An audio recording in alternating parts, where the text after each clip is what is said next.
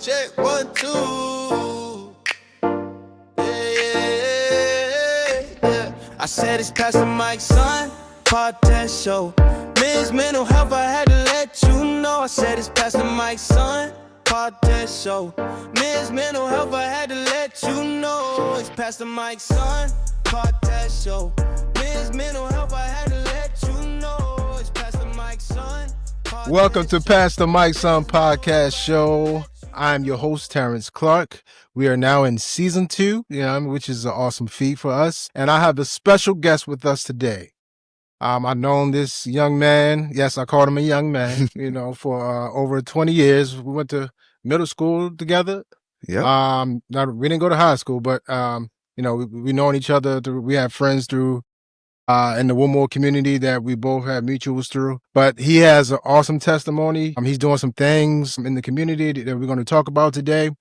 Also, he's a DJ. He's been DJing for, I'll let him tell that. I'll let him tell that as well, too. But welcome, the one and only DJ Dynasty. What's going on, A.K.A. Lee Wood. What's going on, man? How you been? I'm good, man. Good. Definitely. So how's everything been going for you, brother? Man, everything is excellent, man.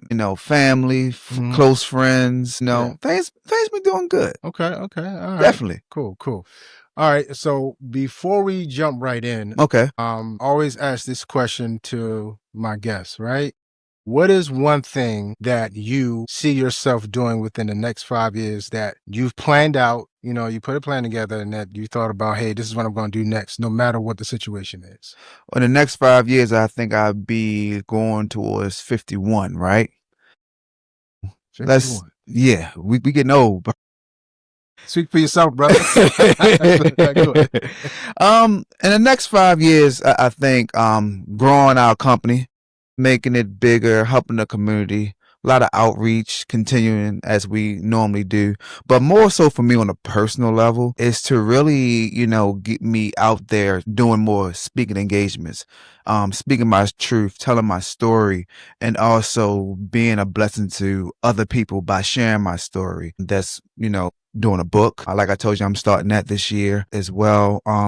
Just also, I think my end goal in that 5 years that me and my wife talked, I think I want to do a TED Talk.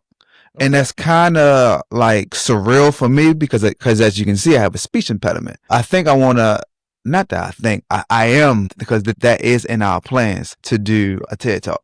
Okay, that's what's up. Cool. All right, first things first, let's go back to the beginning, man. Let's talk about your upbringing and how Lee Wood became the man that he is today. So let's start from your childhood. Well, Lee Good. Let's see. Lee Good, oldest of 3, and the oldest of 3, and I have another brother on my father's side. Coming up was challenging. I had my grandmother, my mother, didn't know my father. Didn't meet my father till I was about 32. Oh, wow. And that was a crazy story. It was me trolling on Facebook like I normally do. I had a black picture and I said my father did the best thing he ever could have did for me was not show up.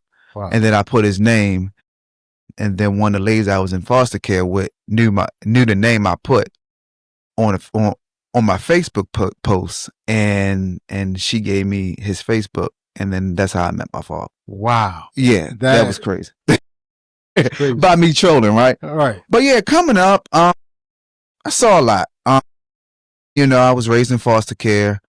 My mom did a bid, drug trafficking. Yeah. Wow, you got a story, brother. Yeah, she did a drug trafficking. Stayed with then my grandmother passed. Mm-hmm. And then I stayed with my uncle and aunt in Randallstown. That's when I went to Heronwood and met everybody in Randallstown, right? Yeah. Mm-hmm. But I'm originally from East Baltimore. Okay. Yeah. Okay. And so, lived with my grandmother. She passed while my mom was incarcerated. Mm-hmm. And then I stayed with my uncle and aunts. I was a young adolescent. I was trolling before trolling was even thought about in school and stuff. So I was bad, right? I was going through a lot, not knowingly. And so therefore my uncle and aunt couldn't take care of me no more. So then we had moved with my mother's first ex-husband, which was my sister's and my brother's father. And that was on Chester Street in East Baltimore. He was getting high. He really couldn't take care of us. But I guess my uncle and aunt didn't know what to do with us. So they put us in that situation. So, hey, so then after about 8 months, my uncle and aunt picked us back up, and they really couldn't take care of us. So I stayed with my other aunt, and that was probably a disaster too, because I kept getting in fights and things like that. And, the next thing you know, it went to foster care. So me and my brother and my sisters, we got separated. So they went to an extra foster home. I went to my shelter group home called Gentry McDonald. That was on McCullough Street. That was my first group home. So went there for 2 months. I was just bad. I didn't know what the hell was going on. I didn't know what was going on with myself. And then, I had a social worker named Mr. Plant. And I believe in spirits, right? So therefore, I always felt like my grandmother is with me. And one day I told Mr. Plant, I don't want to be in Baltimore City. I was going to Booker T. Washington, right? I didn't want to be in Baltimore City. So he put me in this group home called the Board of Child Care. And that would change my life. Wow. The Board of Child Care. The Board of Child Care. Now, let's go back just a second, right? Okay. You said, you were separated from your brothers and your sisters, right? Right. Right. So how did that make you feel going through that process? It's like, all right, I already don't have my father. My mother's going with what she's going through. And now I lost my brothers and my sisters. Well, and how old were you again? This was through the time period of me 10 and 11. How does a 9, 10, 11. Yeah. How does a 10-year-old deal with that mentally? I always say when you in trauma, you don't know that you're in trauma. Right. Now, as I'm 45 years old now, everything I've been through, I see clearly. When you in it, you really don't see it. And that might be a good thing, because that's how you can persevere and get out of it. You know what I'm saying? Yeah. But with me, when you in trauma, you don't really see it, especially being that young. I was always a badass, and just, I ain't gonna say I had lead because I was from East Baltimore, but, I've seen a lot of stuff, in 3rd grade, I seen a guy get shot in front of me. Like, I've seen so much stuff, my mom was in jail for drug trafficking. I've held guns. I've held thousands of dollars. I mean, I've seen all that stuff. Yeah. So sometimes when you see that type of stuff, you become numb to a lot of things. Wow. Being separated from my brothers and my sister, I didn't understand it. Yeah. The only thing I did understand was my grandma passing. And that affected you the most. Out of all of that affected you the most, as far as it affected me the most. But I think, like I said, I believe in spirits, right? Right. And like now, I'm feeling her now, right? So I believe in spirits. So therefore, it's like I felt her transition to me. I always say she died for me. And people, I don't know if people understand it, but energy never dies. Energy is just transferable, right? Yeah. I believe in that. So I think all the decisions that I had to make at a young age, like I told Mr. Plant, my social worker, I didn't want to be in the city. So he took me out the city, put me in a Board of Child Care. And that would change my life.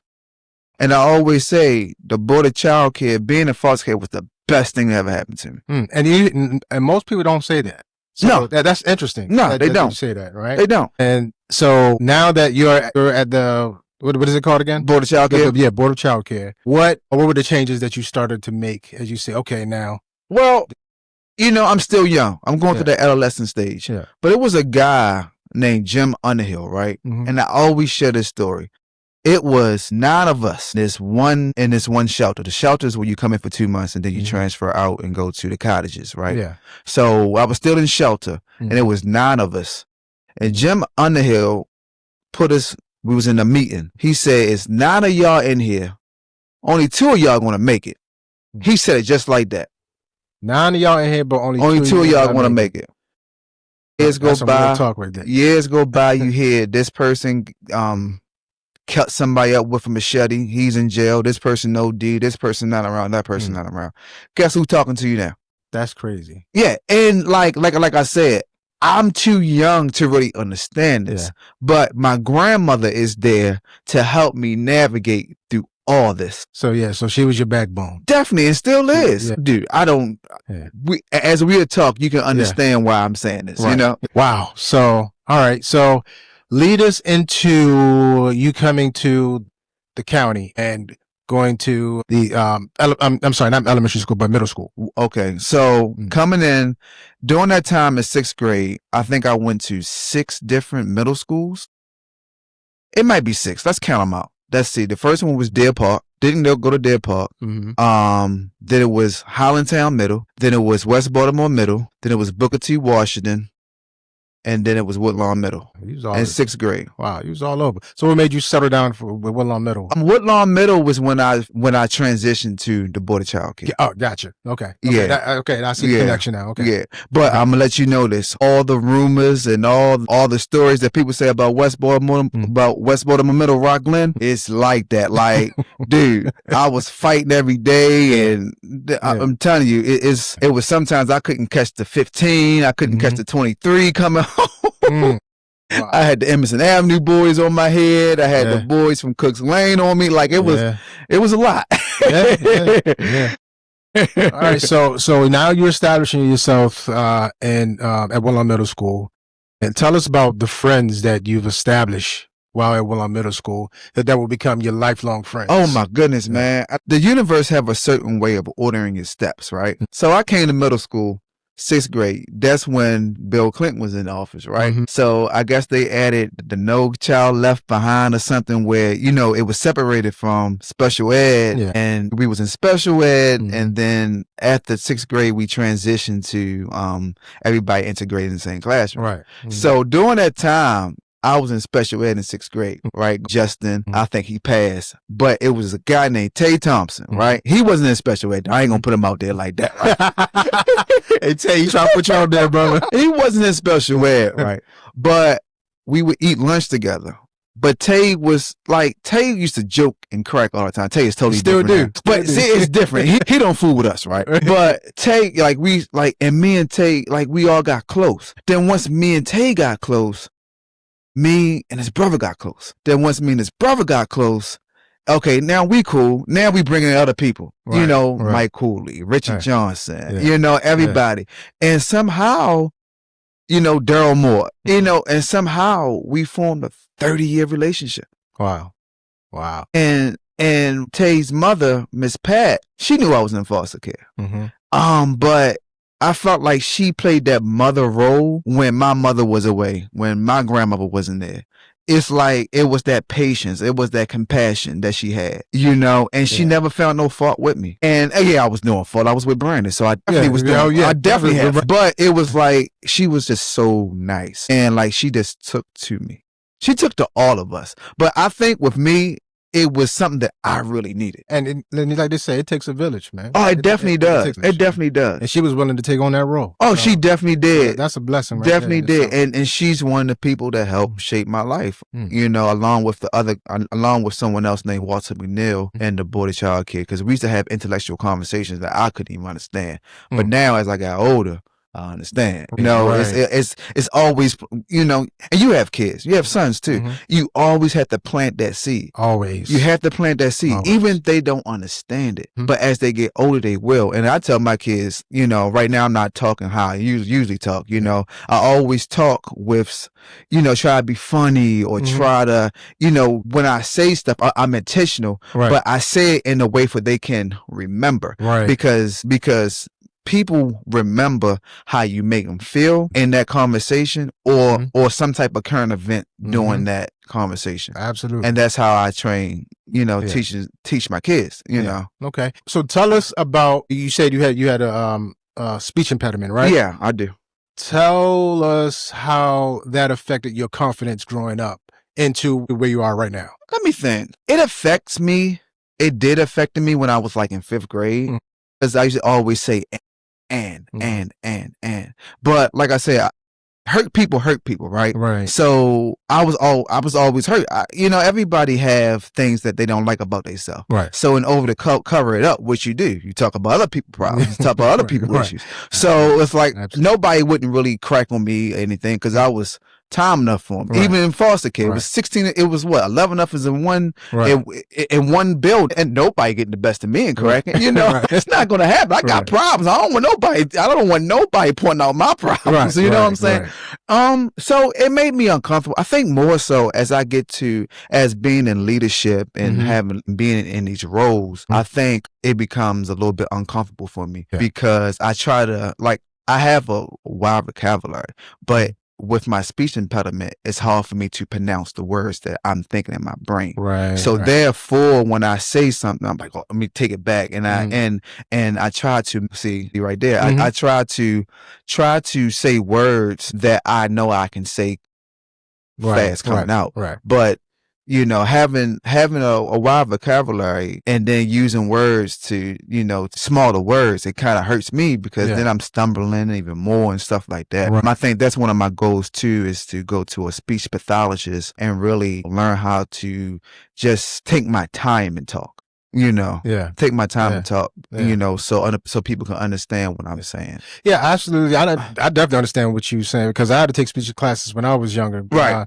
And so let me ask you this: did you get upset when people try to finish your words for you? Still to this day. Still to this day. Yeah, Like, yeah. I know what I'm saying. You don't have Yeah. to finish my words. Yeah. You know, Absolutely. at all. And see, one thing, I've been married for 11 years, and the only time I really don't stutter is 2 times. Is when I'm talking on the microphone DJing or when I'm talking about something I'm passionate about.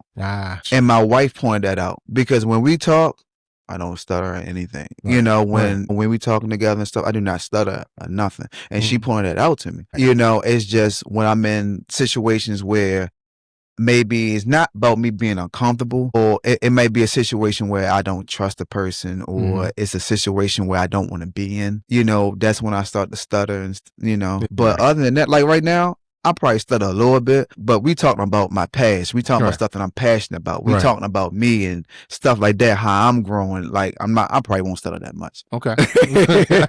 Hey, no worries, but it's a conference. All right. So you're in middle school, right? Right. And this time you're discovering yourself.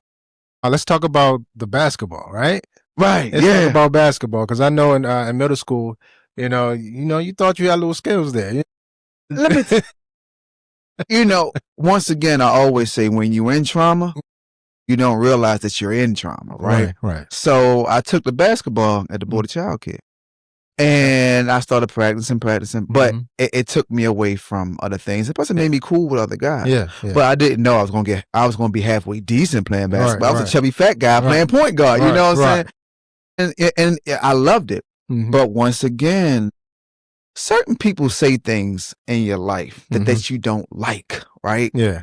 And once again, it's this guy named Walter McNeil. He helped shape my life too. But I'm like, what, 8th, 9th grade? And he said, Lee Goody, do you think you playing basketball to escape your mother? That's the only time me and my mom was having a lot of issues. Right. I said, man, no, I love basketball. I love basketball. He said, you might not like basketball as much as you get older. I didn't realize what he was saying until I got older. But playing basketball put me in situations where resources, I meet people. Right. Like, and I was this chubby fat kid that played basketball. I could shoot, I could dribble, and I could pass. You know, and people, enjoyed that about me. Yeah. But the downfall is I didn't play for Milford. Yeah. Not saying I wasn't good enough, because I felt that I was good enough. But Tom, you went to Milford? Yeah. What is wrong with me? That's why I didn't say That's anything. why you didn't say that. That's why I That's didn't. my bad on that. Yeah, I'm tripping. I mean, come on. How long has it been? I don't know, man. Right. Don't trip. But go ahead. And so I didn't play for Milford, and it wasn't because I wasn't good enough, right? Yeah. Because when in the group home setting, playing against other people in the city, I was right there with them, Yeah. But we go back to the confidence thing. I didn't have that confidence outside of my comfort zone, being around the people in the group home, because I felt more comfortable with them, because I can be my true self. I can cuss you out. I can knock you on the ground. I can shoot a ball in your face, and what you gonna do? Right. Because yes, we are being competitive, playing basketball together, but it's a sense of, that's my brother. Yeah. And in foster care, I always say, those Sunday morning hoops at the board of child care was nothing like anywhere I played because it was tough. You had guys from DC. Oh yeah. You had the staff playing. Oh yeah. It was a tough bump. And my little young self right there, throwing basketballs, taking my basketball, going home. Yeah. Like I was right there in the midst of it. But once like those skills and that confidence didn't transition over to me playing in high school. Yeah. Yeah. And still to this day, people think I'm mad or I was hating about that. No, it wasn't that. It's one thing of, being young and having a spirit with you. Sometimes you understand this might not be where I need to be. So, I might troll and say something. I mean, still to this day, I might say, well, you know what? I ain't like Arthur. I ain't like Carrie. I ain't like Diamond. But as you get older, okay, Diamond pretty cool. I know why Diamond didn't speak that much. Now I understand. Right. Curry's a cool dude. But Arthur cool. But it's like during those times, it wasn't no animosity with them because they were cool. Yeah. But it was like, okay, I didn't play. I didn't say, well, I'm better than this person, better than that person. I just felt like, you know what, I can't compete, but it wasn't for me. And I was good with that. And I tried out every year. I think a lot of times people don't take me serious because I joke a lot. Yeah. Listen, I'm a grown-ass man, and I was a grown-ass kid during those times. But I joked around a lot because I was covering up some stuff. Yeah. That's why I probably tend to joke a little bit more. People didn't take me serious. I knew what was going on. But it was cool. I was chubby, But once again, the universe puts you in places to get you to the next step. Right. So I was cool with that. But with basketball, I've met people. And still to this day, people know me for playing basketball. When was the last time you picked up a basketball? I go to the LA Fitness and I shoot. Oh, you go to LA Fitness? Which one you own? No, I go to one in Crofton. Crofton, okay. Yeah. Okay. All right. I go out there and shoot, but as far as playing basketball, done. Same thing. I don't like it. Not the way it's played today, or you just don't like it anymore? I don't like it the way. No, I like the way this new basketball is played. I like it. I like it because it's skill based. Now, as far as mentally, it's not like the 80s and the 90s and early 2000s. But as far as skill based, I definitely love it. But as far as me playing, that part of me is gone. Yeah, same here. Same here. That part of me is gone. I talk about it every day, but yeah. Okay. All right. So let's talk about, when did you focus on music? And you know what? Music. Then I think I'm gonna try to be a DJ. Man, let me tell you something. Yeah, tell us how that. I'm gonna tell you, man. The universe have a way of shaping your life the way it needs to be, right? Yeah. So when I'm young, my first hip hop album was LL Cool J. I had a big boombox sitting on Glenwood Avenue on my steps. I'm about to tell my age. Well, I already told my age. I'm waiting for the milkman to come. Yeah. Listen to my LL Cool J. And as I got older, through all my times of staying with different people, I had my tape. I always used to record the mixes. Like, I can remember the mixes Frank Ski did like in 91. Wow. I recorded them. I remember the mixes. I remember all those things. And then when I got to the board of child care, like, I always danced too, right? And I used to dance a lot. Yeah. But with a 9 o'clock, well, back then it was a 10 o'clock mix. I listened to the 10 o'clock mix. I would stop everything I'm doing, listen to the 10 o'clock mix. Yeah. And everybody knew I was going to be a DJ except for me. That's how it usually works sometimes. Everybody knew I was going to be a DJ except for me. So one day, and when I graduated, I left the board of child care and went to stay with my mom. And the board of child care gives everyone a big gift. And they asked me what I want. And it was this like play turntable set from Mars. Remember Mars? Yeah, I remember Mars, yeah. And I got it. It wasn't what I want. So I got my job and I saved up and got some Gemini BD 2000s or something like that. Yeah. PT 2000s then. So that's when I started buying my records and stuff like that. And then once again, when the universe order your steps, if you follow that, you tend to move along and get good a little fast. So I got good. Next thing you know it, started DJing, do some parties. I probably sucked doing my parties when I first started out. I know I did, right? Of course. I know I did. But I never gave up. Yeah. And next thing you know it, I became DJ Dynasty. That's crazy. Yeah. So when did you know that you fell in love with DJing? When did I fall in love with DJing? It's when I start to learn how to navigate music. Like I said, everybody, you can go out and be a DJ. That's the easy part. Mm-hmm. But when you know how to navigate music, and when you know how to make people move at a certain time, and when you know how to put things together, far as your beats, far as the words of a song and stuff like that, that's when I fell in love with it, because I'm not controlling, but I love controlling people, right? So if I can control, like, how can I say this? Every time I go in to DJ, I don't DJ for dudes. That's one thing I don't do, right? But the ones who doing the dancing. Yeah. Anyway, but I DJ for everybody. I'm just joking. But I find that one person, and it's always the stuck up person that they just don't like nothing. If I can get that person shaking their head or doing something like this, I can get everybody else in this room doing what the hell I want them to do. And every time I DJ, I always look for that one person. So you mean to tell me it could be that just 99% of the people in the club dancing to your music, but if you see that one person that's not dancing, you focus on that one person. My focus on getting that one person to dance. Crazy. That's crazy. A lot of comedians say that too. Yeah. They'll see the whole room laughing, right? And then they'll see that one person just with the straight face, and they'll focus on that one person. Yeah. So, yeah. It's that one person. Yeah. Because if you can get that one person to move, you can get everybody else to do anything else you want to do. Yeah. Because it's even in life. It's always that one common denominator that's stopping you from doing something. And if you break that, you get anything else you want. It's that one thing. It's always something, knock on wood. It's something that's stopping you from getting where you need to be. And if you break down that wall, you're good. Yeah. And that's how I look at it with DJing. And also DJing was a way of me feeling my grandmother as well. She was with you there. It's like it's certain times I feel her when I'm DJing, when I'm talking now, like I feel my eyes warming up a little bit because I feel her, so it's times where I feel my grandma. Well, no, I'm good. All right. Okay. I'm tough. But it's just certain times. Yeah. And those are the times I feel my grandmother when I'm DJing. So tell me what separates a good DJ from a great DJ. What I mean by that is, being a DJ, you have to listen to all types of music, right? Even the music that you don't like, right? Right. So how do you separate that from even the music that you don't like to make sure that you're a good balanced DJ so you can, perform to any audience that you want to, because you're skilled in every genre there is to able to blend that music. What's the saying?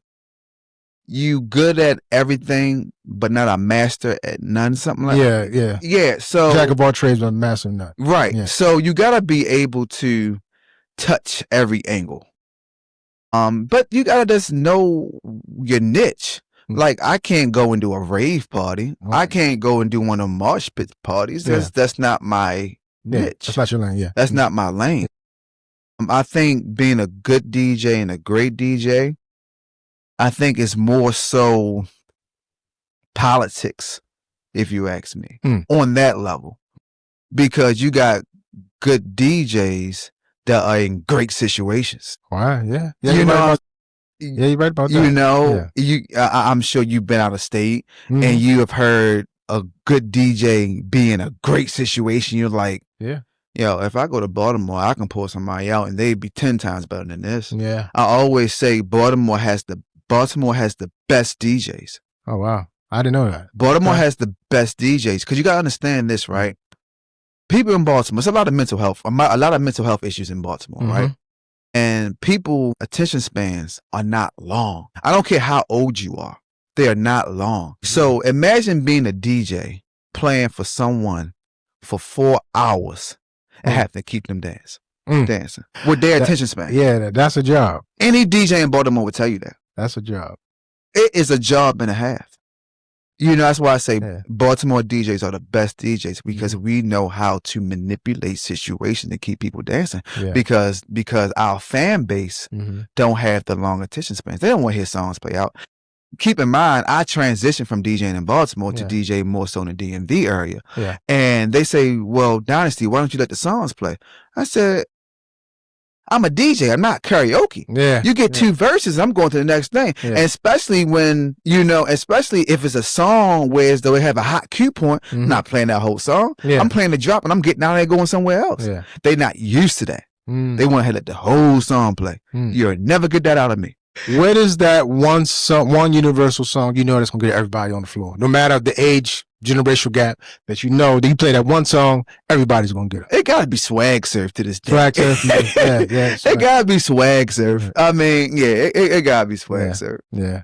So what was that one DJ that took you under their wing and groomed you to kind of help you be the type of DJ that you are today? Well, I started growing up DJing. Me and Chris J started together. Remember Chris J? Yeah, I know. Rest in peace to Chris J. We started DJing together.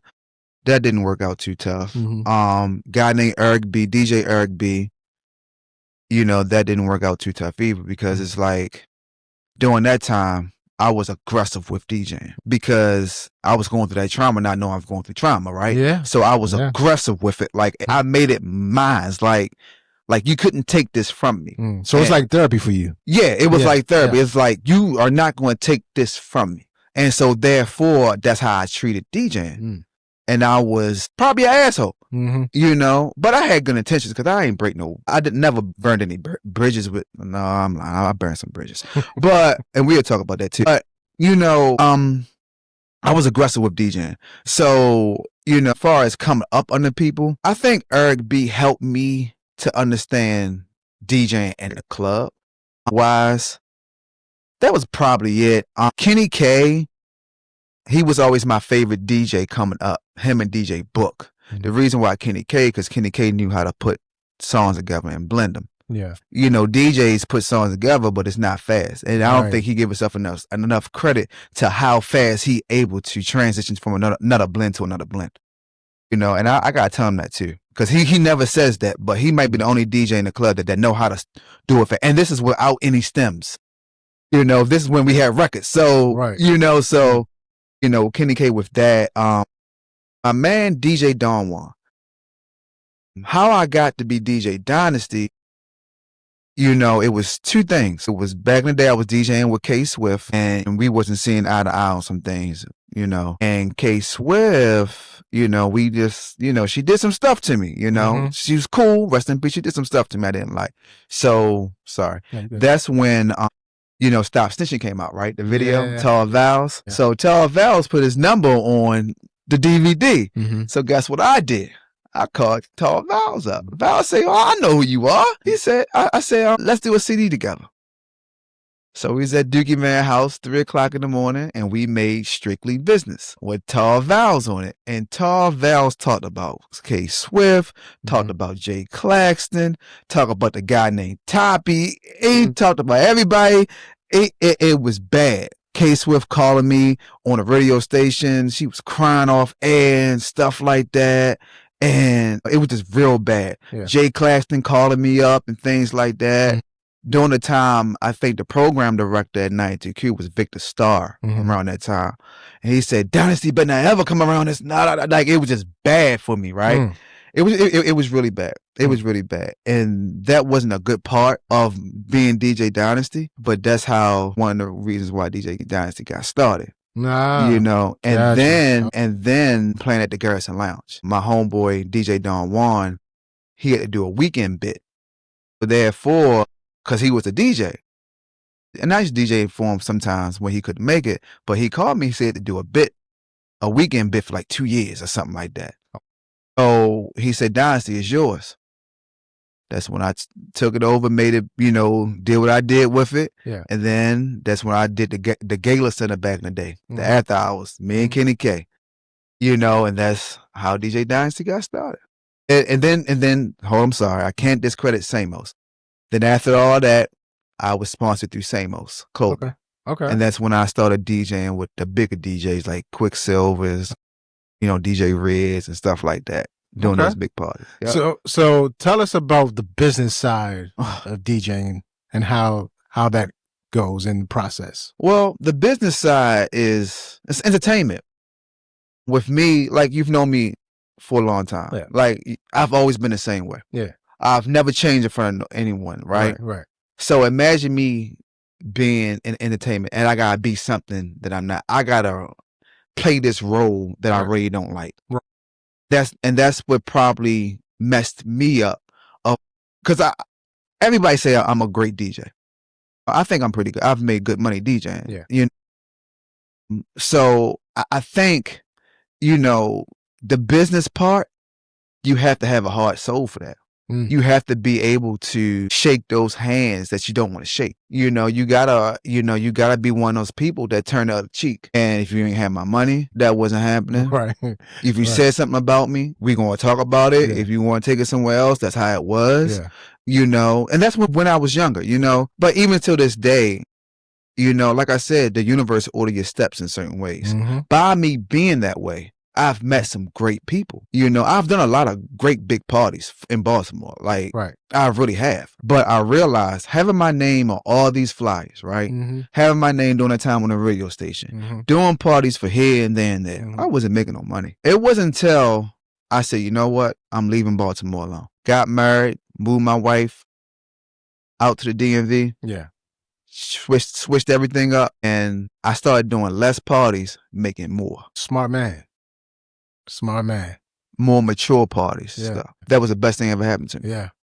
Smart man. See, that was a smart business decision. Right? Smart business decision. Definitely smart business decision. But it's like this, right? I was, you know, I wanted to be on a radio station, any means necessary during that time. And I was the engineer for 105.7 Waiver. Is it 105.7 Waiver FM? It was a Christian, it was a religious talk show station. And I was doing good. I was there. It was at Bridgeway Community Church. And I was down on myself.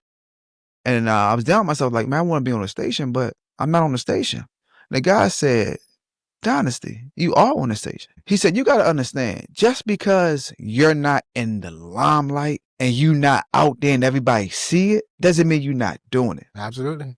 And he's absolutely right about and that changed my mindset. So if you look at it, I've been on a radio station, I DJ for celebrities, I've done a lot of stuff, you know, but it's not on the magnitude that I thought I should have been on. But as I get older, and not as I get older, but as I understand the order of the steps and where you need to be, I'm right on par. Yeah. Yeah. I'm right on par. Yeah. But once again, the business side of DJing, like I love Quicksilver, right? And the reason why I like Quicksilver, because I seen what Quicksilver was at Trilogies before we knew of each other. You know, then I see him as I got older, become the DJ at Samos, and you know, he was he was sponsored through Samos as well. Right. So me and him was doing the same parties. And I seen his growth and everything. I think he's one of the best people far as DJing, far as on that level of being in those places and understand where he is and how he need to navigate. Yeah. But he never faltered on the team that he put together. Yeah. Or that was put together for him. Yeah. Yeah. And a lot of DJs say that about him. So good dude. Yeah, he represents himself well. Good dude. Good dude. And we don't talk all the time. He probably, you know, seemed like, oh, you lost all the, he probably, you know, because I'm one of them type DJs where I don't be in other DJs' faces because I think all of it's competition. Yeah. Yeah. Yeah. You know, I don't want to be in another DJ face. That's just me. Yeah.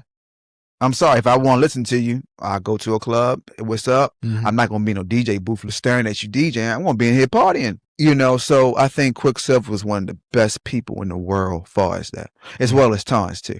Okay. As well as Tons too. And Tons, my man. Like Tons gave me a lot of good pointers too. You know, so definitely. Yeah. All right. So we're going to shift to a segment we like to call I Plead the Fifth. Oh, shoot. All right. So I'm going to ask you a few questions. You can answer it, you know, be real and answer it, or you could be like, I plead the fifth on that one. All right. All right. So first question up. Have you ever tried to sabotage another DJ? Have I ever tried to sabotage another DJ? I'm not going to plead the fifth, but I never tried to sabotage another DJ, but I did steal some DJ's needles back in the day. And then I did steal a DJ's amp back in the day. What else? As far as sabotage, me and that thing with K Swift, I don't think it was more sabotage. I think it was more me hurt than anything. Nah. Okay. All right. When life gets heavy, do you isolate or do you distract yourself? think I do both. Okay. Expound on that a little bit. Okay, far as, isolate. I isolate trying to see where I need to go. That's what I do. And what's the last thing? Did you isolate yourself or did you use it as a distraction? And the distraction, I think in order for me to put my mind together with things, I like to take my mind off of the situation and then come back to it. So I think I'm both. I isolate, try to gather my thoughts, but I do create a distraction. So therefore I can inadvertently think about the situation. Yeah, okay. I see. You see what I'm saying? Yeah. It might sound like an oxymoron, but I understand what you're trying to say. but I'm not thinking about the situation, but I am thinking about it. But I'm navigating it through this other distraction to see how can I put the problem together. Right. I'm a Gemini, man. So I'm a Gemini too, bro. So therefore you understand, right? All right. Okay. What's one version of yourself you had to let die in order for you to grow? I think understanding my purpose, understanding when to let things go. Because those things can eat you up inside if you don't let them go. Yeah. I think when I decided to love my wife the way that she needed to be loved and focus totally on her, not saying I was cheating or anything, because that's not what I do, but just like put the emphasis on family. Black men don't cheat anyway. Oh, yeah. Just let everybody know black men don't cheat. But I think as a man, now we have some guys that not really call themselves men, but it is what it is. Yeah. And I'm not trying to break a guy code, but I think as a man, in order for us to grow, you have to be responsible for something. Yeah. Yeah, absolutely. And I think when I put the emphasis on my family, I think that's when things started shifting for me. Yeah. Okay. All right. Last question. When you met your wife, when did you know that she was the one? Oh my God, it's crazy. We met and got married like 2 days later. I'm joking, right? I'm gonna tell you the story. So I had this best friend, Trey. We smoked cigars together, hang out together and everything. And Trey used to work with my wife now, and she never liked my wife. I don't know why. Like it's a woman thing, right? But somehow they got cool, and so Trey was telling me about my wife, and I saw a picture. I was like, okay, let's go. So I, being single. Okay, let's see what happens. Right. And so one day was Thanksgiving. We had a Friendsgiving at her house, at Trey's house, and then my now wife came over, and then we met there. And I think it was a joke. Like she wouldn't cut. I'm left-handed, right? Right. She wouldn't cut the turkey. She wanted me to cut the turkey, and when I cut the turkey, boy, it was everywhere. Then Trey had a friend. It was a mutual friend, and he just kept joking and joking and joking. Once again, Geminis don't like to be in situations where they feel vulnerable, right? And so therefore, I ain't never been scared to talk to women, right. But it was more, he was initiated. Yeah. And my wife was like, this dude's a clown, right? And I was, she didn't want to hear no more. Yeah. So then we went out on the patio, and then, I lit her cigar, cause she never smoked cigars. So I had a cigar for her, lit a cigar. And so then, we exchanged numbers. And then, that next day we went out. It was her light bulb in her car was broke. So I told her what she needed to do. So she went to the dealership to get it fixed. So while she was at the dealership, we went to lunch at Loafers. And then our first time at Loafers, it was just her aura. Like I just felt comfortable. So, I ordered the food I ordered, and she ordered her food. Then she asked me, she said, "Are you shy?" I said, "Hell no," right? I said, "Why you ask that?" She said, "The way you was acting." I said, "I just don't like being in uncomfortable situations." And we started explaining. Since that day, we have been together every day since. We met Thanksgiving. We got married April 3rd that next year. Wow. And we've been together for 11 years. 11 years. And our motto is, we were just two people getting it right with the wrong people. Wow. Getting it right with the wrong people. Getting it right with the wrong people. Okay. All right. So with you being married, right? And everybody knows, being married, it's a process. Definitely a process. So were there any rough patches in your marriage where you like, okay, we need to sit down and talk. We need to get this right? Yeah. It was, once again, me and my wife always say, if it was just us in a relationship, we'll be good. There's no issues at all. Yeah. But when you have kids, and me and my wife don't share kids together. She has, I have 2 bonus kids. Yeah. And well as my daughter. Mm-hmm. But unfortunately, my daughter was the one that's not doing as well. Suffering through mental illness, trauma, dealing with her side of the family, things like that. And so, my daughter wanted to come stay with me. And when me and my wife met, we got this thing was if anything that we go through start to hurt one of us, we just leave. Like, you mean leave the relationship? Yeah, leave the relationship. Anything like if my shit start to be a burden on you, you have the right to leave. If anything in life that you want to do that I don't agree with, far as with your career and things like that, and if I don't want to do it, you have the right to leave.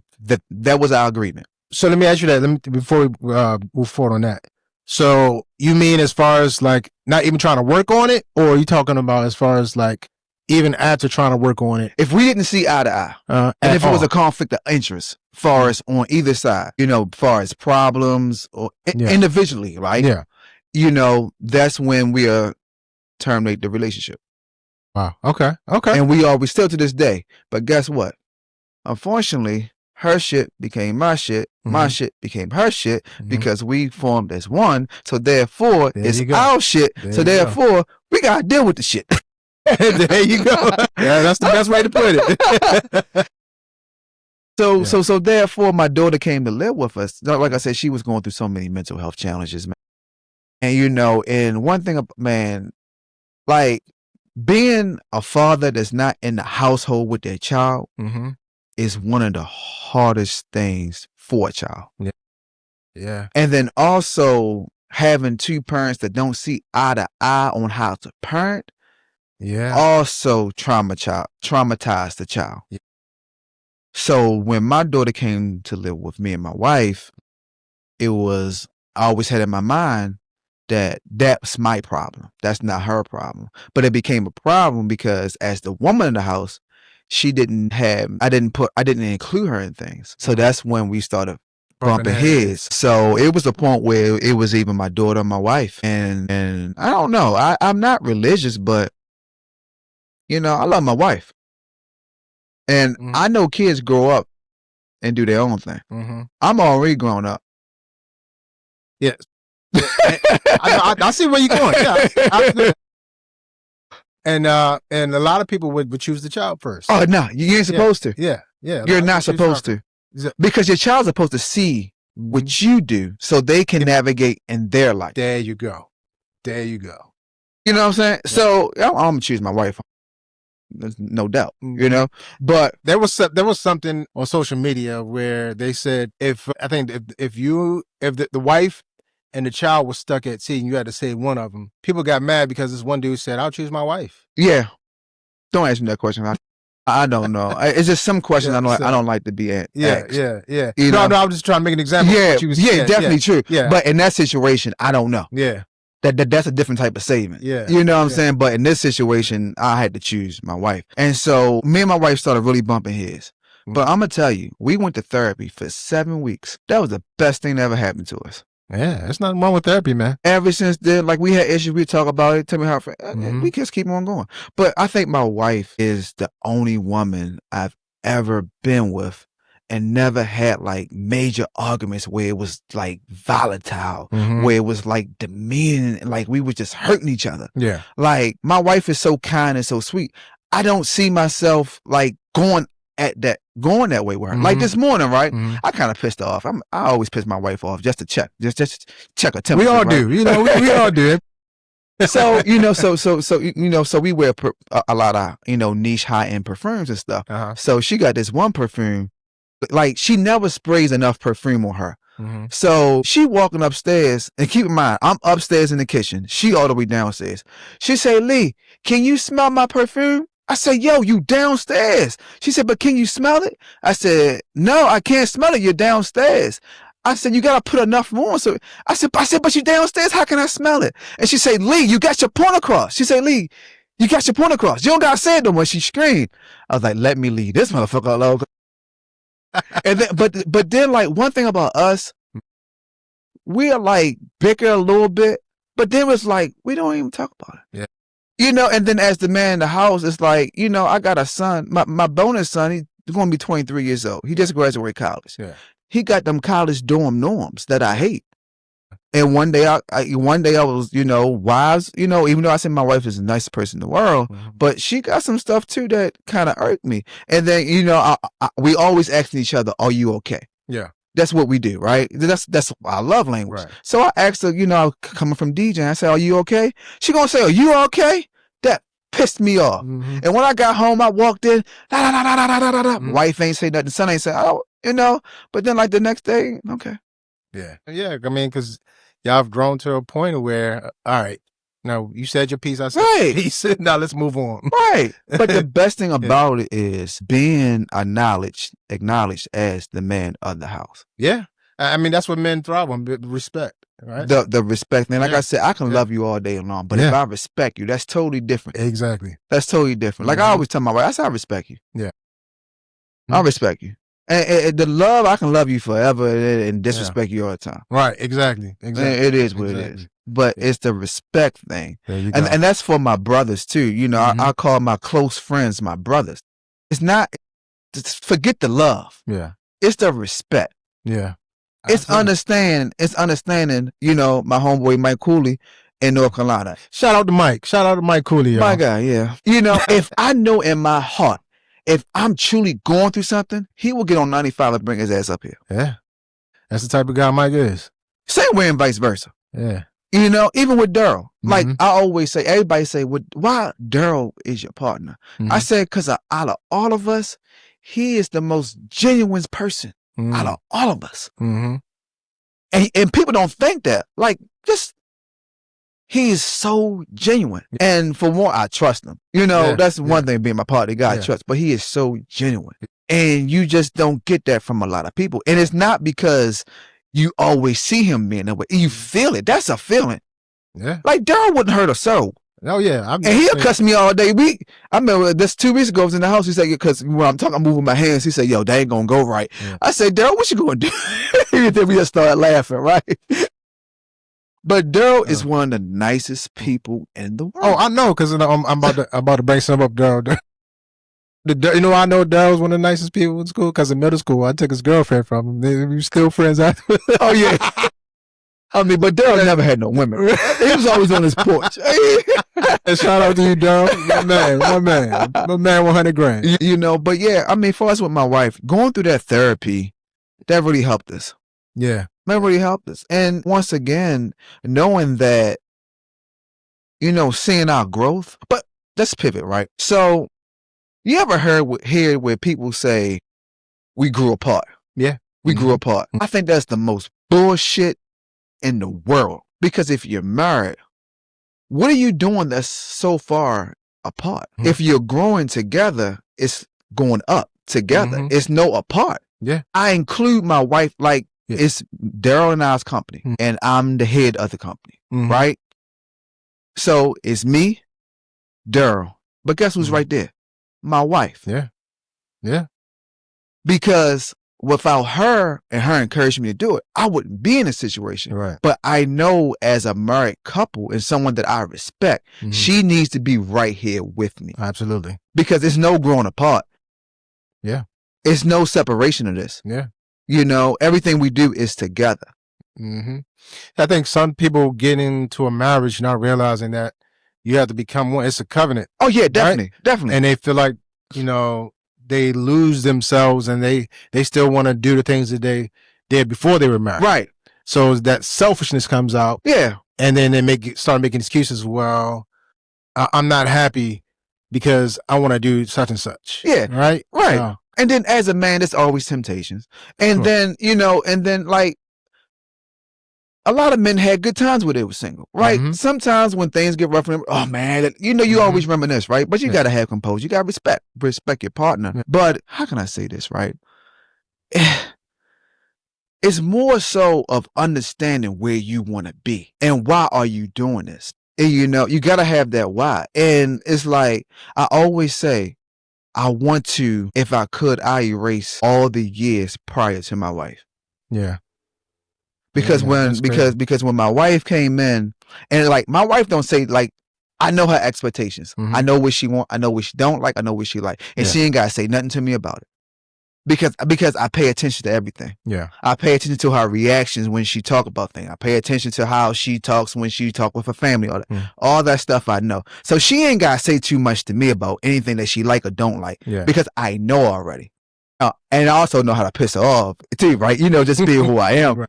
You know, and that's how it is in your marriage. Like and I always say, but if me and my wife should ever part, right? God forbid, I don't think I can put all the energy into another woman the way I put into my wife. And my wife had this conversation about a month ago that I don't think I could do that again. It's because you put so much into becoming one, right? Just giving yourself to that person and learning that person, the nuances of, you know, I don't think I could do that again. I just can't do it. I don't have the interest. Yeah. Like every day, it's like, you know, I work from home. My wife working her job, she's a upper management, so her job is stressing. I'm the owner of the company. I'm home, but I have a little bit more leeway to do what I need to do other than work. So every day I wake up, fix her breakfast. Every day I get her lunch. Every day before I do all that, I go up to her office. How you doing? We brief, we talk. This is what happens. Talk about the business. Talk about her job. When she get off work, she goes into Maryland Soar doing work. But we also talk about her job, how she's doing. Talk about what I'm doing, Like, I don't have that. Dude, like, I'm not trying to break the man code here, but I just can't see how men have two full-blown relationships with two women that don't know each other. Oh, man, you opening a bag of worms. I just don't see it because all that, you just said it, all that energy we put into each other in one day. And then not alone the kids. Yeah. Not alone the business, the job, the other stuff. Then, you know, and then my daughter's not around. Yeah. That's taxing on us too. Yeah. So it's like, I can't put that energy on. It's just too much. And then being a man of the house, like, I can't take care of two houses. I don't care how much money I make. There's no way in the world I can take care of two houses. Yeah. So let me ask you this. So, you know, back in our days and you know, Generation X and baby boomers, as far as marriage, you know, marriage is a big thing, right? Right. It's a benefit to the man and woman. Right. Now with this new generation, they say marriage is not beneficial for men. Not tell me, but let the audience know how your marriage has benefited you in the 11 years that you've been with your wife. Well, my marriage just gave me some type of responsibility. Like I always said, in order for a man to grow and go into his purpose, you have to have you got to be responsible for something, right? And then you also got to have somebody to bring value. I know I put on Facebook the other day, I said, you know, me and my wife never discuss 50-50. She does her part as she should, but I take care of the household. You know, I said, ladies, I forgot some, I don't know the words, you know, the whole words that I said, but I said, a man take care of the things that he value the most. Absolutely. And I said, ladies, if a man feel like he adds value if a man feel like you add value to his life, you have nothing to worry about. There you go. There you go. And that's the truth. Yeah. It was, and me having, you know, my career background is workforce development, right? So I had jobs and I never took, a lot of times I didn't take high-end positions because I was DJing. I'll do what the hell I want to do. You know, I still gonna make my money regardless. Yeah. But I always had problems with upper management because they didn't know how to service the client. Yeah. But I always had great outcomes. Even to this day in my workforce development years, I think I have over 80%, 78% ratings of getting clients hired. And that's high-end jobs, low-end jobs, whatever. Yeah. So I think I'm pretty good at what I do. Yeah. I just recently resigned from my last job and, you know, and went into my company full time. In 1 year, I think I've gotten 30 people hired. Wow. That's in Washington, D.C. Okay. But I want people don't realize how significant that is. Right. Because the program that I work for now, we train 164 people a year, Right. And having an 80% placement rate Right. is hard to do. It's hard. It's hard. So It's hard. you placing 30 people, Yeah. that's in big. Washington, D.C. Right. Okay. And so Yeah. I want people to understand that. Every job I've had, I had, and they say it's not a quota, but we all know it's a quota, right? Yeah. I've exceeded the amount. Yeah. I worked at Power 52. You know about Power 52. Yeah. When I got there, my first cohort, every student got hired. I was in the Earn newsletter. So hold on. So let's pivot into Maryland Soil, right? Because I want you to talk about your business. So tell us about how you started, or how everything started. Your vision about how Maryland Soil is your baby. So it goes back to my wife. It does. Like I said, I had issues with these jobs because I know how to. In my mind, I know how to service my adults. And my wife kept saying, Lee, you can do it yourself. You can do it yourself. So after, the pandemic, I said, you know what? I'm going to open up a company. Me and Daryl talked about it. And I thought Daryl was joking. You know how Daryl, I'm going to do it. Yeah. So, okay. So we got a consultant. We opened the program. And we didn't have a name for it. But guess who had the name? My wife. There you go. She said, how about Maryland Soil? We say, so what does SOIL stand for? And she explained what it is, seeking opportunities and resources. You know what I'm saying? Right. So it all just come together. Like if you follow the universe, it comes together. Right. So, and that's how we opened the company. And luckily, and like I said, when you're in trauma, you don't know you don't know that you are in trauma, right? And the reason why I said this is because I didn't know. I thought I was this asshole. I thought nobody really liked me because of being in my first previous relationship with my daughter's mom. Yeah. It was the trauma of nobody like you, nobody this, nobody that. It's just so much chaos. Yeah. So I thought nobody. I thought I was just this barbaric person, and I lost a lot of weight. Yeah. So I thought I was this 400-pound barbaric ass person. And come to think about it, I wasn't.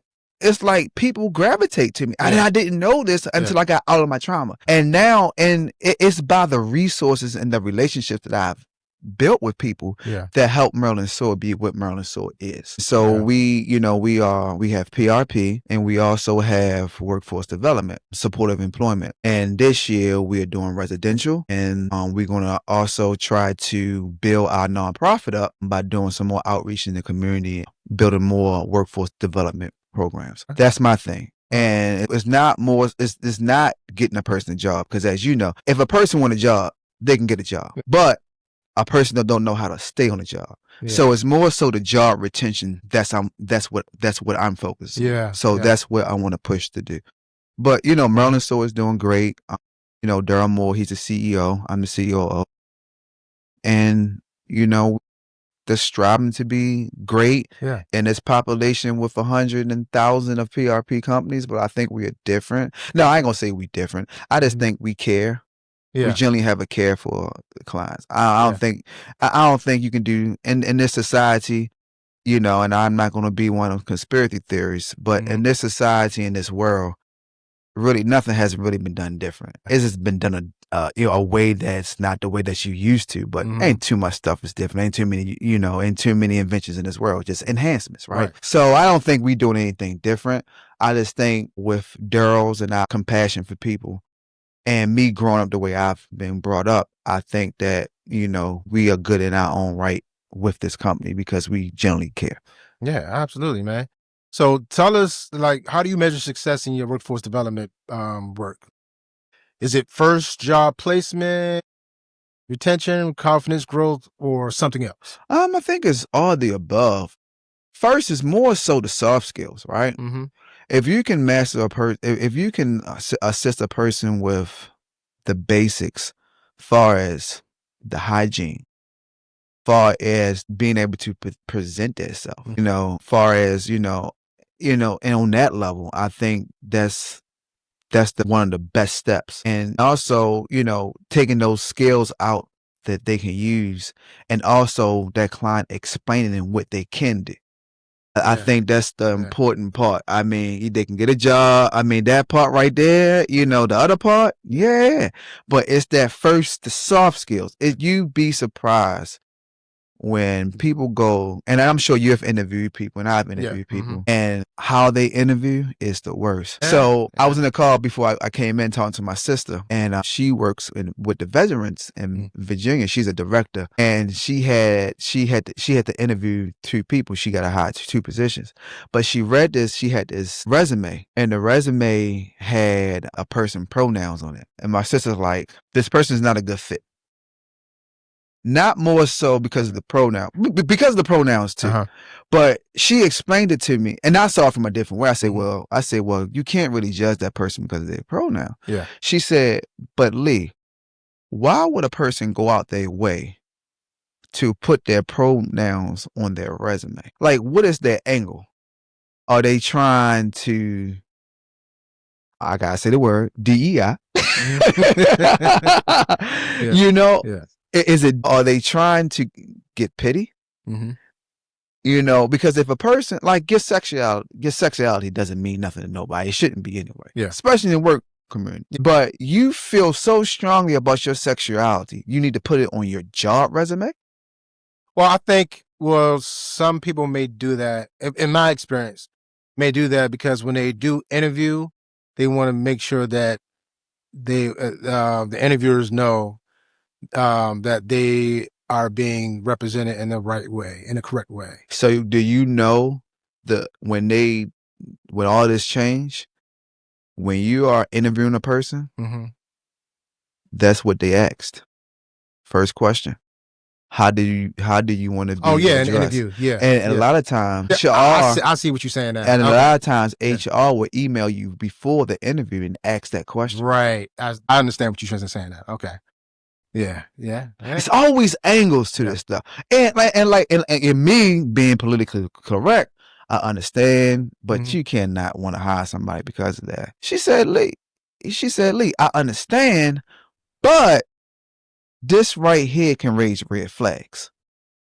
Because if it's a problem where I have to recommend you on your work, you might say, well, you didn't call me. You didn't address me by the name I asked you to address me, or by the program that I asked, by the pronoun that I asked you to address me by. So it's more about the pronoun than the body of work. Got it. So that's a question I want to pose on Facebook. Should you put your pronouns on? Oh, that's a hot topic right there. But it's one of those workforce, and you work in workforce development. It's one of these workforce development questions.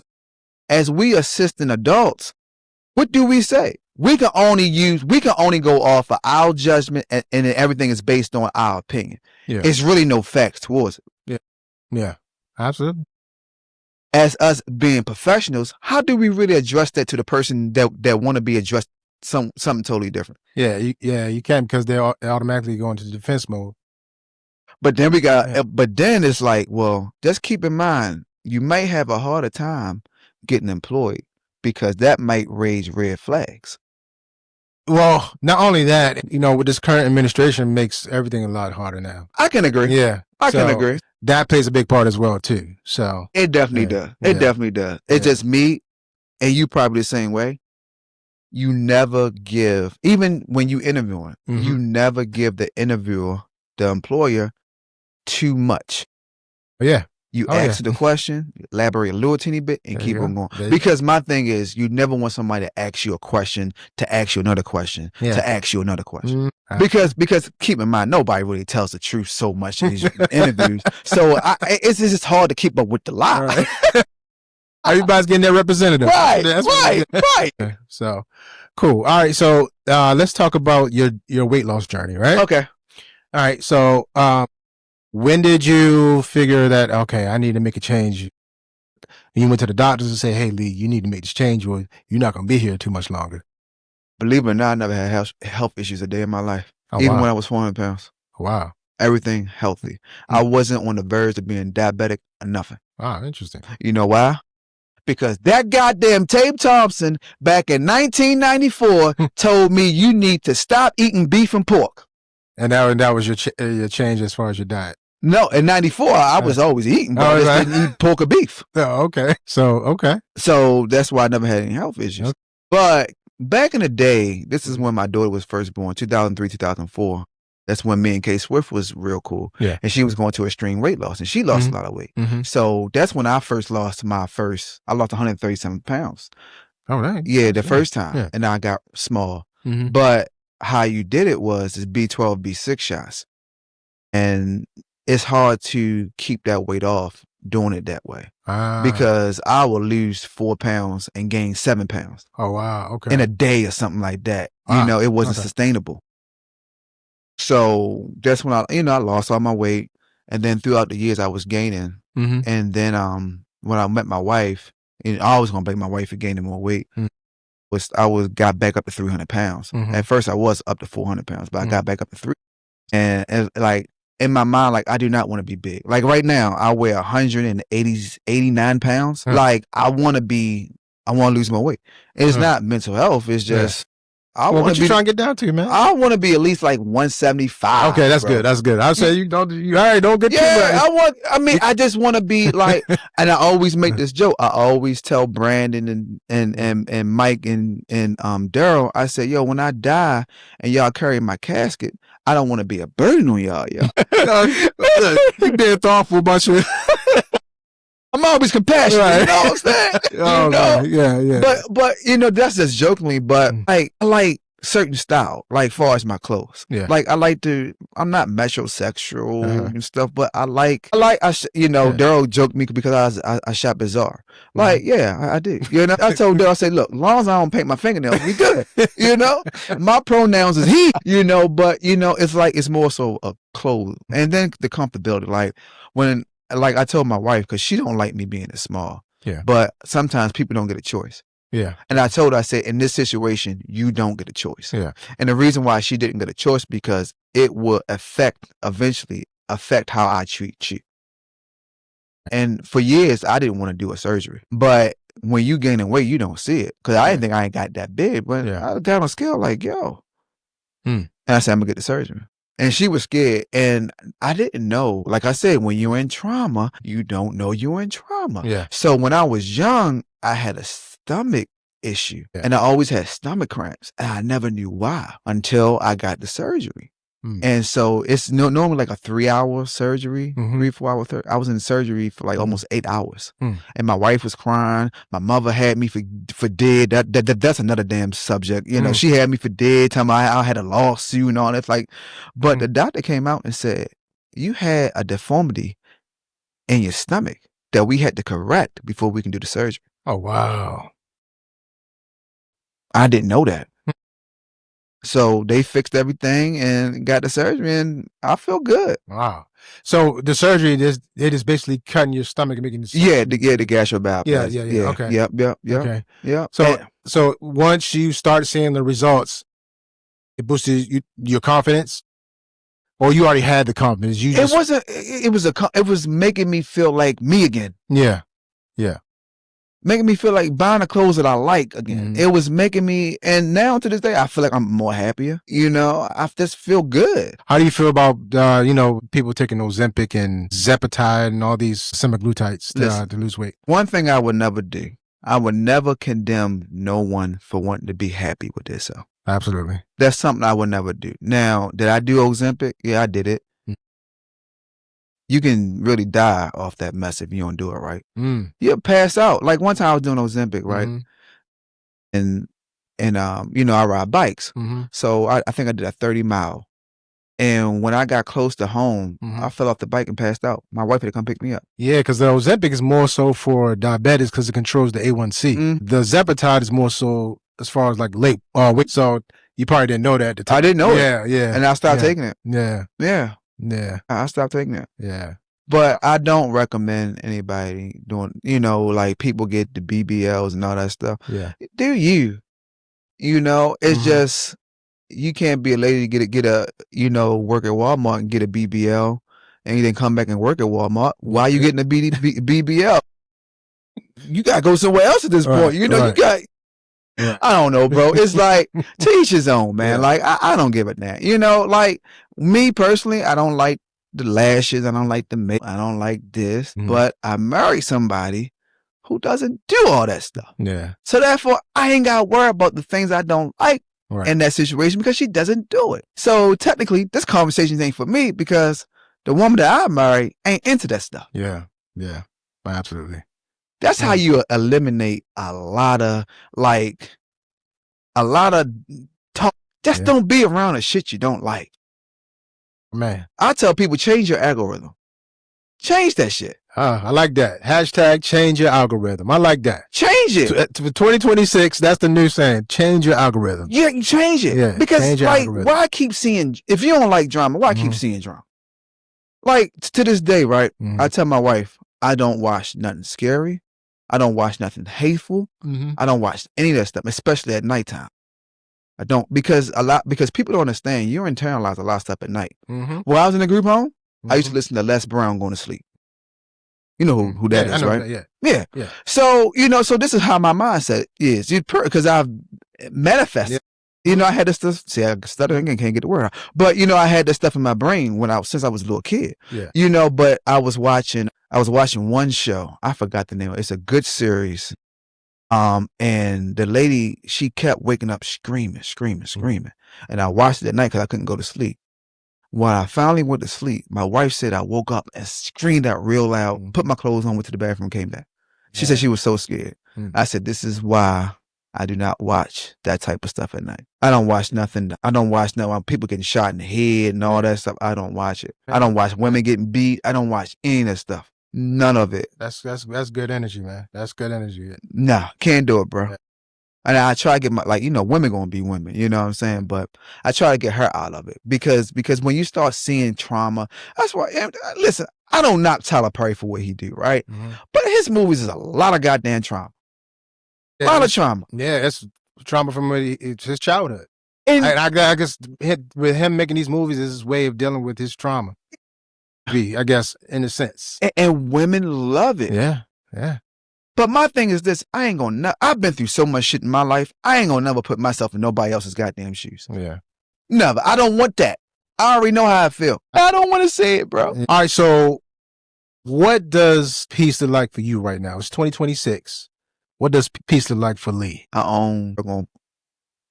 Daryl might cuss me off for saying this. We have staff. No peace. No peace. Being responsible for people's livelihoods. Oh, yeah. No peace. Yeah, there's no peace now as a CEO, as a leader, and I think people don't understand that in leadership. It's no peace. Looking at all these other companies open and all the emails I get, and then also looking at what's being taken, and it's no peace. Because I'm responsible for my income. I'm responsible for Daryl's income. Yep. I'm responsible for my other staff's income. It's no peace. It's no peace. It's no peace. But how do I get away sometimes? Yeah. I like to drive. Like, my thing was, I'm still trying to find a good therapist. So my thing is take off on Fridays, talk to a therapist, talk to my therapist, and go for a drive. Like, I love driving. Not like long distance, but I like to drive. Yeah. Smoke my cigar, drive somewhere, and come back. Like, I drive to Philly. I always drive to Virginia because it clears my mind. That's the piece. Okay. But then, like, on an everyday basis, like, sometimes I look forward to waking up, fixing my wife breakfast, coming downstairs, preparing my hookah, going to work. I smoke hookah so much. I just love smoking the air. That's what I'm not. I just like smoke, right? Yeah. But that's like a relaxation for me. Yeah. But far as peace, nah. And then on the flip side of that, in my personal life, me and my daughter is not seeing eye to eye. So she's back with her mom. Yeah. And I know she's not in a safe situation. And so therefore, I can't be at peace knowing that my other two kids are doing what they're supposed to do and listening to me and thriving and doing things. And my daughter's in a situation where she don't know that she's stuck. So it's no peace for that. I think as a man, I think the only time a man really has peace is when he closes his eyes for good. Wow, that's heavy. So you saying the only time a man has peace is when he closes his eyes for good. Real peace. Real peace. I ain't talking about situational. I'm talking about relax. Everything is good. I'm fine. Because as a man, how do you keep going? You want to keep building. Yeah. You're 40-some years old. Yeah. You're doing a podcast. Yeah. It's just something that Keeps you me want to going. keep Yeah. going and going and going. Yeah, man. So a true responsible man really doesn't have peace. That's an interesting perspective. Especially if you got responsibilities. Yeah. No matter how old your kids are, you still responsible for them. Absolutely.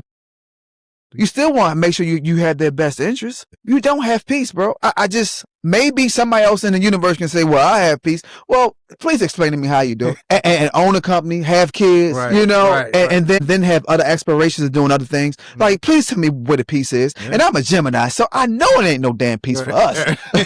Right. That's You know? interesting. So if younger Lee was listening to this episode right now, what would you tell him?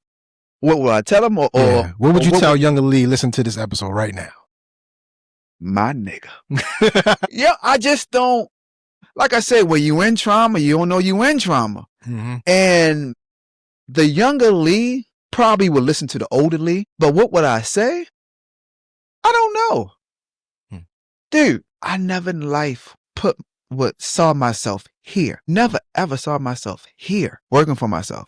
Make excellent money. Mm-hmm. Company make excellent money. Growing companies. Buying investments. Happy wife. I can truly say my wife is happy. I can truly say my son and daughter is happy. On my second house. Have the cars that I want. Have savings. Like, I never imagined that. But more importantly, being responsible for people. Like, it takes a strong person to be responsible for a family, be responsible for staff, be responsible for a company. Yeah. And the younger Lee, I don't know because like I said, when you're in trauma, you don't know. My wife said, when me and my wife first met, she said, your friends don't take you serious. Now, I ain't talking about Brandon and Tay because it was my other group of friends. I said, no, they probably don't. They probably don't take me serious because I never had to be in a situation for them I never had to be in a situation for them to take me serious. But now they see me now and they're like, okay, like what the fuck is going on? What's going on? That's why I separate myself, right? Yeah. It's nowhere in the world I can hang in the same situations, in the same places where I used to hang at, or hang with the same other type of people. Can't do it. And it's not about money, because I don't make that much money. You know, it's not about, it's more so mindset. Like, in order to be in the best situations and be in the best company, you have to be around people that have just as much to lose as you. And also you gotta be around people that is doing better than you. You gotta have something. Absolutely. I tell my sons that all the time. Right. You gotta have you gotta have something to look forward to. Yeah. Dude, let me tell you, when I started DJing in the DMV, Cigar Lounge, I used to go to Cigar Lounge in Crofton. And I was like in my early 30s before I met my wife. And I wasn't making that much money. But I was around guys that was realtors, lawyers, and they were just making money. I said, how am I get here? I just kept listening, kept manifesting. Next thing you know, I'm there with them. Yeah, and I probably make more than them, but it's not about the money. It's more so the mindset. But mindset, that's what it is. It's the mindset. But you you have to, for me, it's gotta be something it gotta be something tangible that I need to be able to see and get. Like when I was young, I used to play basketball. This is my late 20s. I used to play basketball Saturday mornings. After playing basketball on Saturday mornings before I DJ'd that Saturday night, I used to go to Tyson's. I used to go to Georgetown. Now I couldn't afford too much shit in there, but I could probably get a t-shirt or something like that, get some dinner, lunch and come home. But that's where I see my mind at. That's where I saw my mind. Now I go to Tyson's. Yeah, I got their cars. I can buy anything I want in this motherfucker. But now I want that total wealth. Yeah. Because it's a damn shame I see somebody park their Bentley in front of two cars and don't give a damn if they scratched up or not. Right. I park my goddamn Escalade or my Audi. And I'm parking it far away. Them shits cost $100,000. They don't give a damn about $300,000 car. Right. Exactly. You see what I'm saying? Yeah. Like, but it's more, and people say, well, it's the material things, but you gotta have something to work towards. You might think it's material. No, I think it's a mindset. Yeah. It's a mindset. I think it's a mindset. It's a mindset. I think it's more so of putting yourself in the position that you can park a car, a $300,000 car in front of two Hondas and they beat this shit up and not care. Yeah. That means you got $300,000 to waste. What else do you have? How did you get this? How did you get that? That's what it is. So the small thing was being able to buy anything I want in the store. Now I can buy anything I want in the store. Literally, I can buy anything I want in the store. Now it's more so, how can I have a Bentley? I'm not saying I don't like Bentleys, but it's the mindset. How can I have a Bentley and park it in front of 2 Hondas and don't care if they beat the shit up? Not saying I want to, right? Exactly. But it's the mindset. It's the mindset. It's the mindset. I get you. It's like, what do I? Just keep doing this. You have to, even if it's material, you have to have something that drives you. But you gotta put your family first, because if you treat your family like shit, you ain't gonna have nothing. Absolutely. But as a man, you gotta have something to look forward to. It's like playing a video game. Yo, I can't wait till 2K come out. Dude, I play 2K all the time. Dude, when 2K came out, I was up. My family went to California. I said, I'm not going to California. I'm locked in. I'm playing this game because it was something to look forward to. Right. You know what I'm saying? Like, and that's what men is. You got something to look forward to. And I'm glad you brought that up about mindset, right? Because a lot of people don't understand, because they do more complaining about, all right, man, I don't have this, I don't have that. Well, you got to change your mindset if you want that so-called podcast, if you want to be in workforce development, if you want that car, if you want whatever, you got to change your mindset.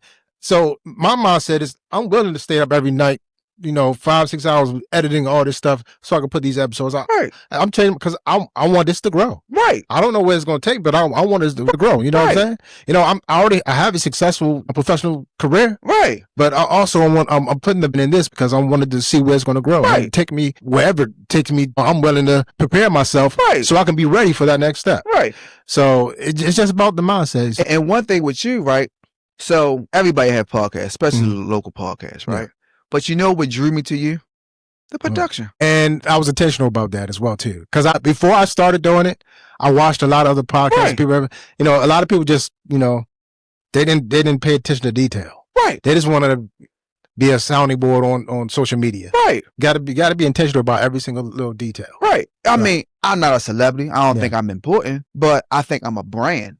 Absolutely. So I can't attach myself to something that's not good. Absolutely.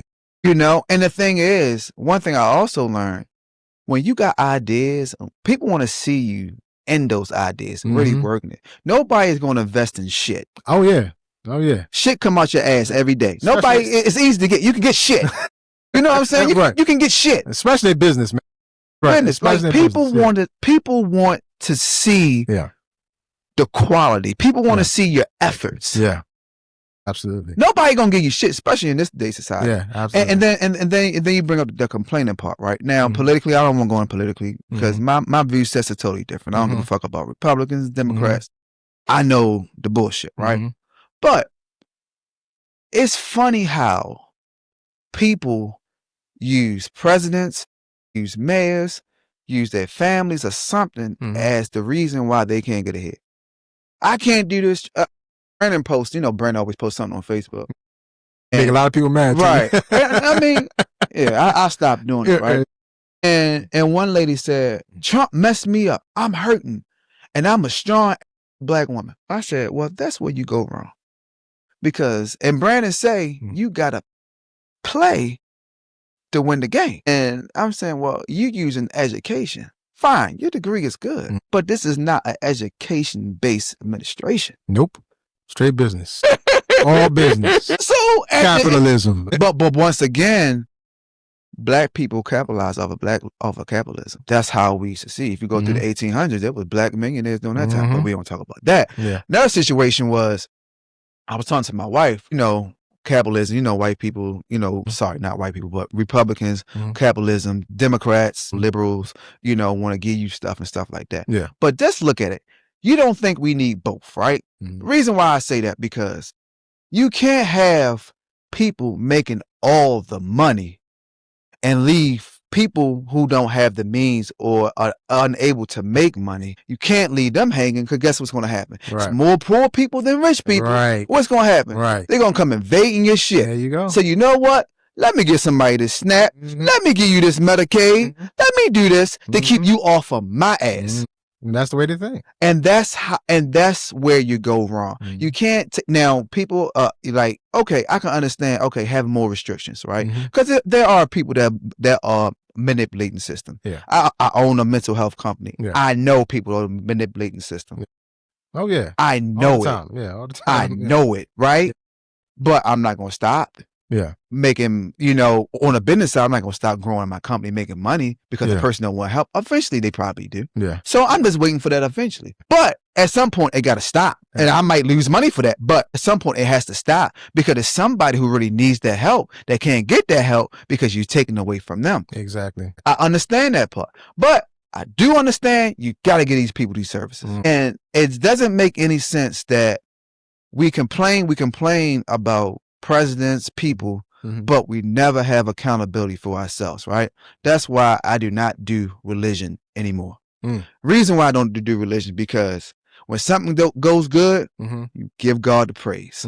When something goes wrong, blame the devil. What the hell is the accountability for yourself? You there's some toes right there. But once again, I don't knock nobody. Because I think if a person go to church, I think that helps a person throughout the week. Do this, I'm fine with that. Yeah. Just not me. I'm past that. Yeah. Because if anything go wrong, I'm blaming my goddamn self. I think, and then I was thinking about this earlier. I said, I think we allow church people, entertainment associations like Greeks, Divine Nines, think we let those entities persuade our thinking. Not saying they wrong. Yeah. I would never discredit nobody. I think we persuade. I think they persuade our thinking and our mindset. Like, it's like, how can I say it? It's like stripping a car. Like it's like I'm going to pick this car over again, right? I'm stripping the car. It's just going to be dull, nothing there. That car is breathing, it got to wait, and like just strip your mindset of all that stuff, and allow your mind to formulate of how you truly see things. And that's what we don't do no more.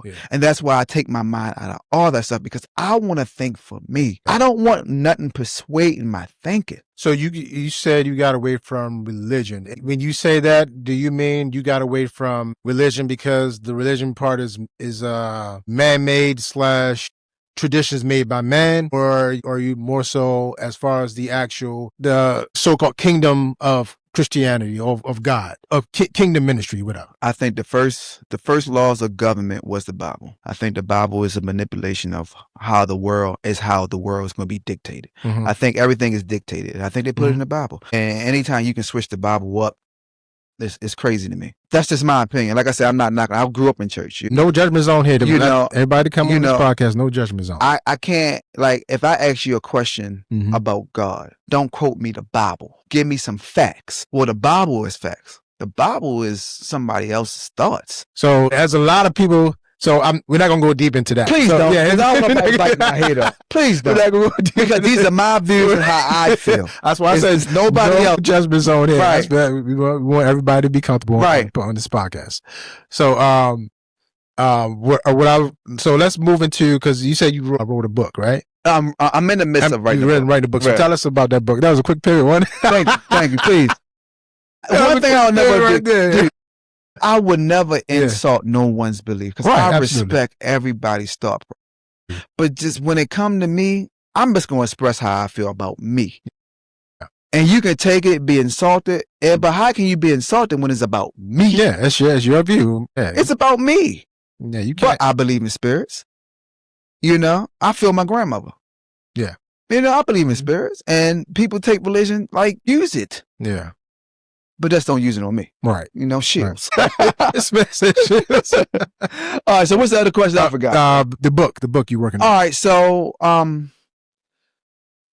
think coming from, I think, like I said, your steps are ordered. You got to follow the universe. And I met this guy many years ago in a cigar lounge named Purdue. And I told him that I was DJing and stuff like that. And then I also spoke, about my past. And he said He said, well, do you think your true divine passion is DJing? I tell you, somebody always says something to me that make me think always after the fact, right? Yeah. I got insulted. Like, no, DJing is everything. But Yeah. that's how I was making my money, you know? That's how I was surviving. He said, you know, maybe speaking and maybe, you know, writing a book is your purpose. You got to share your story. Now, backtrack to 99, I had business cards, DJ Dynasty, one business card, and DJ and Lee Good, motivational speakers. Yeah. This is when I was 19, 20. So it's like I seen it, but I didn't see it, right? So now, fast forward to 2026, it's like DJing is good, slow down, because I'm not putting the emphasis into it that much no more. I think knowing when to stop is the hard part for people. Yeah. And there's no knock to people that DJ and all that stuff. But for me, I'm not going to be 50 years old DJing. And depending on how things go, I might not be 46, 47 DJing. Yeah. That's not where I'm at. Yeah. For one, I enjoy being in the house. You know, I've like DJing a lot of parties, your time go fast. These 20-some years went fast, bro. Yeah, man. Who you telling? You know, and you know, and far as my book, that's going to be my next thing. Okay. But the only downside is maybe I need to sign NDAs for people like my mom, because I got to share parts of her story because she was part of my trauma. Yeah. Yeah. You know, I got to share that. And she has a hell of a story because, I mean, despite our differences, I think doing time in prison, federal prison, coming home, you know, doing good on your job now. And y'all have a great relationship now, right? I won't say great relationship. But better. I won't say better. Okay. And I'm being transparent because, I mean, a guy named Walt Smith always say, tell your story. You tell your story, you won't have any stress, right? Yeah. So, as far as me and my mom relationship, I think if you, quote unquote, failed as a parent and you have grandkids, I think it's your duty to try to make things right. But one time a therapist told me, it's like, well, if a person don't know how to make things right, how can you hold them accountable for that? But then on the flip side, I say, well, if you're an adult and you know right from wrong and you know how you want to be treated, why can't you do the same thing for your grandkids? You know, but I won't say me and my mom have a great relationship. One time, I think the last incident, well, it's been a few incidents prior, but me and my mom got into it real bad, right? And my wife told me, she said, Lee, you can't have no expectations for your mother because you know what she's going to do. So for years, I had no expectations. We was doing great. Yeah. Until I had that one expectation. I hired on my... Oh, that's rule number one. Never hire family at the company. That's rule number one. Never hire family at the company. I won't say it was a disaster, but it wasn't conducive to what we was doing. And I had to terminate her. My mom did this whole spill and dance. I want to kill myself. I want to do this. I want to do that. But then called my wife. What do I need to wear to the dinner? Stuff like that, right? Yeah. And so ever since that last incident happened, I just want to keep it cordial. Keep it cordial. As long as she have a relationship with with my wife, fine. But I don't need, like, I've grew up in foster care and with people that's not blood that treated me so well. I don't expect for my family to treat me great. Like, I'm a person, it's not because I'm a Gemini, because you're probably the same way, but it's not because of that. I don't care if you're in my life or not. You sound like me, bro. The only person I really expect to be in my life is my wife. Anybody else, I mean, okay. You know, I had a close friend. But, you know, me and him had issues. It wasn't because of me, because I try to be a good friend. I try to help out. Yeah. But he saw me going up, and he's still right there. Yeah. Come a conflict, start arguing and bickering. We never argue and bicker. Okay, look, bro, when you get to where you think you need to be, then we can do this. Right. Other than that, I'm out. It hurts, but you know what? I'm done. Exactly. I'm done. And the thing is, well, it's like, well, Lee, like, you don't have to be that close with a person anymore, but you don't have to really, like, break all ties. One rule of a Gemini: when you cross a Gemini, it's no halfway with us. It's either all or none. And that's what probably messed me up with DJing being a little bit farther in the limelight, because it's no halfway in. It's either you're cool or you're not. Right. I can't be phony with nobody. And maybe that's why people are cool with me, because they know this is the lead that you're going to get. Yeah. I'm not going to be phony with you. Yeah. Yeah. Absolutely. Absolutely. But as far as back with me and my mom, listen, my mom, my dad, I met my dad when I was 32 years old. Mm-hmm. That's a relationship I don't know. So in progress, work in progress. Not saying I don't want the progress, is that it's just different lifestyles, bro. Yeah. It's different lifestyles. Yeah. That's all I can say. I'm not better than nobody in this world. But in order for me to keep going, I can't come back to a certain lifestyle, and I can't go back to a certain mindset. And then furthermore, I don't complain. It's nothing, bro. It's too much nothing for me to complain about. Yeah. Yeah. Yeah.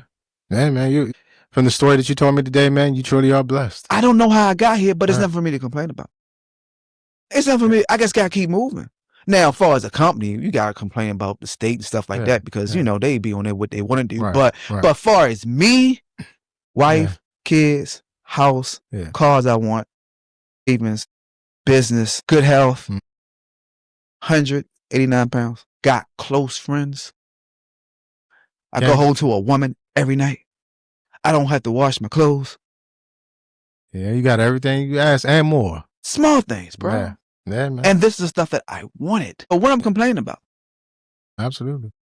I tell people, I know where my blessings come from. Mm-hmm. And I ain't fucking that up. Yeah, man. Right. Absolutely. I'm not fucking that up. Yeah. I just. Yeah. Yeah.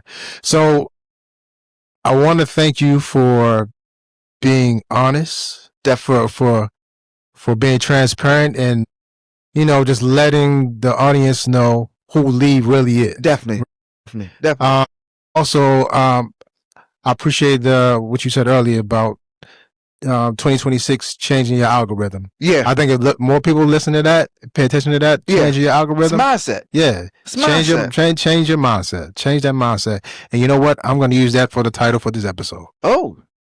Because it was that impactful. Thank you. So, yeah, man. So, thank you. The first episode of 2026, very impactful. Definitely. I appreciate you coming. I know, because we scheduled at least 2-3 times. Yeah, it was twice. So that's good. So yeah, man. I'm glad you came, man. I appreciate you. And I hope I can come back when I have my book out. Oh, absolutely, Definitely. man. Absolutely. Definitely. Absolutely, man. Welcome at any time, brother. Definitely. Yeah. Definitely. So one thing we like to say before we wrap up, here at Pastor Mike, one voice, no judgment, one mindset. All right. Thank you, everybody. Lee Good. Thank you again. Peace. And we'll talk to you guys later. Peace. Thank you. Appreciate it, man. Definitely. How was that? Bro, that was all.